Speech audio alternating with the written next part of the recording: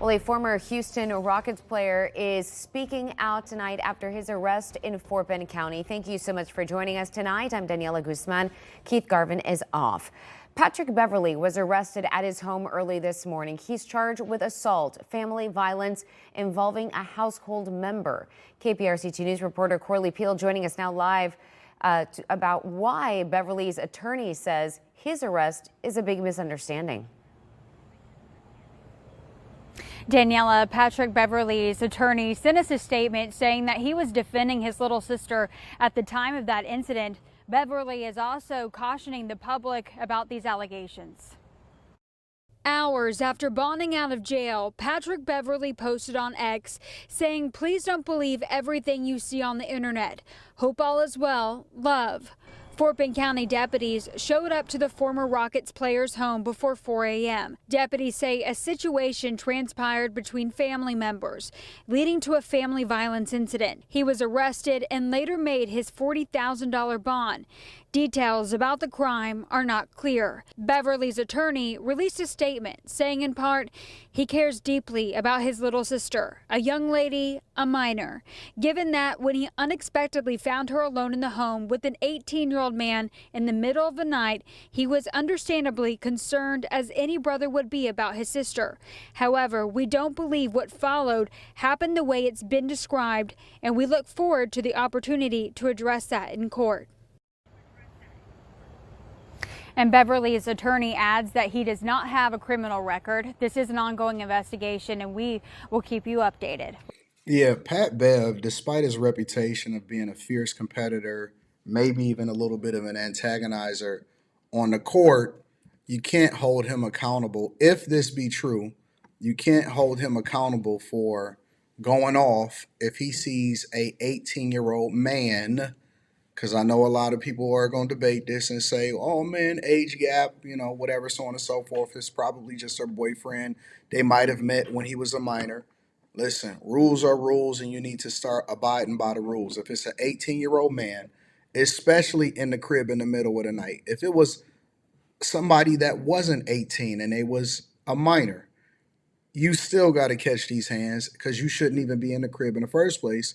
And then after you leave, let me go ahead and get my belt so I can make sure that I discipline my sister. And so, your family members and the people that you surround yourself with, they will get you in trouble and they'll try to mess up your reputation. And now Pat Beverly is defending himself, and he is not even a type of person that is confrontational in real life, and he don't even have no record like that.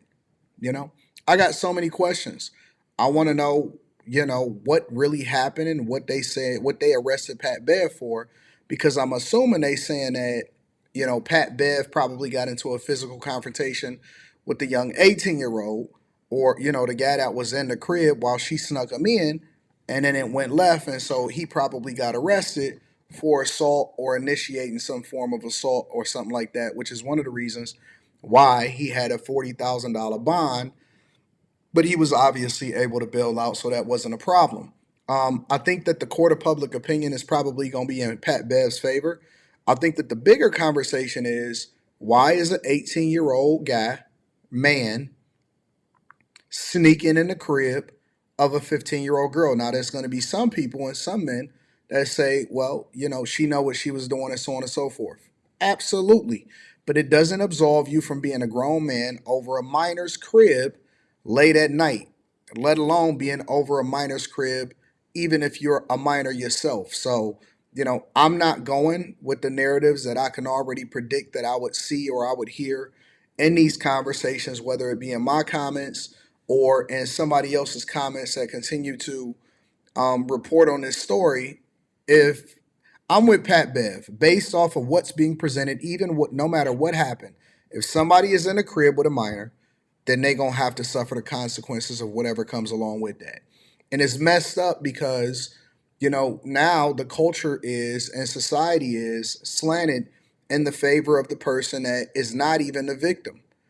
It's the perpetrator. The perpetrator, you got to be careful how you respond to how somebody is being disrespectful or they find themselves in your crib. I got bigger questions. I want to know, where's the parents? Why is Pat Beverly still being the father? How is he the one that's, unexpectedly finding these people? How did he find them? I would like to know the details because I think that this is important. However, I do extend a level of privacy because, it is a family situation, and I'm pretty sure that this is not what he wants to be known for, or this is one of the reasons why he don't want to be in the news. In other news, right now, ex-NFL star Antonio Brown is free from jail. Brown bonding out just hours ago. Well, the former wide receiver has been charged with attempted murder. He has been in police custody for days. He has been placed on house arrest. And Local 10's Hania Shivi has been following this story. She is live at the jail in West Miami-Dade where she saw Brown walking out. Hannah. Chris Eric, just before 10 this morning, Antonio Brown walked out of jail and his attorney, Mark Eiglarsh, was right here by the door waiting for Brown to come out. But before they went home, Brown wanted to make a very quick stop at a food truck that was parked right here at the jail. AB walking out of jail and embracing his attorney, Mark Eiglarsh, waiting for him on the other side, telling him there that he's not interested in talking to us. But as soon as he turns his face to the right, he notices the conch food truck is open for business. We saw him come out and we just called him over to the truck to give him a meal. Brown, without thinking about it twice, made his way straight to the fruity dressed conch for a cup. God is great. I didn't know he would stop, but he showed love to us. Brown's partner is on a plane from Dubai back to South Florida. So his attorney picked him up, ordered an Uber, and made sure he got home. We're extremely grateful that he's out after over 40 days of incarceration. He's extremely eager to rejoin his family, who he loves dearly. 40 days because attorney Eiglarsh says that's the time Brown was in custody in Dubai. Then law enforcement officers came, picked him up, and extradited him to New Jersey. Days later, he made it back to South Florida to face an attempted second-degree murder charge. Reasons for going to Dubai are questioned. He's given multiple different reasons for why he went. I have documents that evidence an ongoing business in Dubai, and he went there in May before any warrant was issued. Back in May, investigators say Brown fired a shot that may have grazed a victim's neck during an underground boxing match in Little Haiti. Was the victim shot? Was he actually struck by this bullet?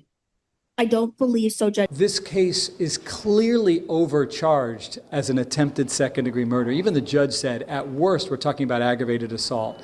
Secondly, we have a strong self-defense case.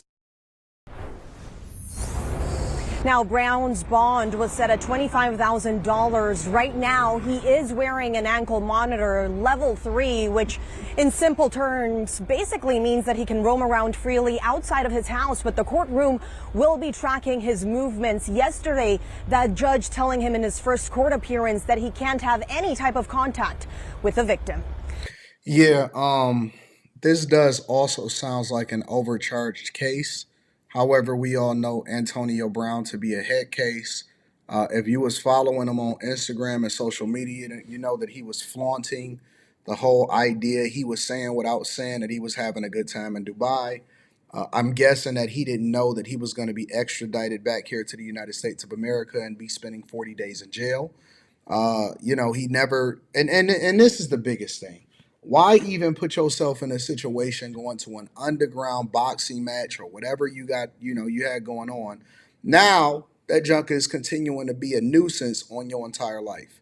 Antonio Brown, I fully expect for him to probably be crashing out probably within the next few years, if not sooner, because, he is a retired NFL player. I'm not really sure what his money is looking like. I'm not really trying to count his money, but with all of this headlines and trouble that you're getting into, the lawyers are the only people that's benefiting from this situation because they continuing to be the ones that catch them attorney's fees and bill you hourly.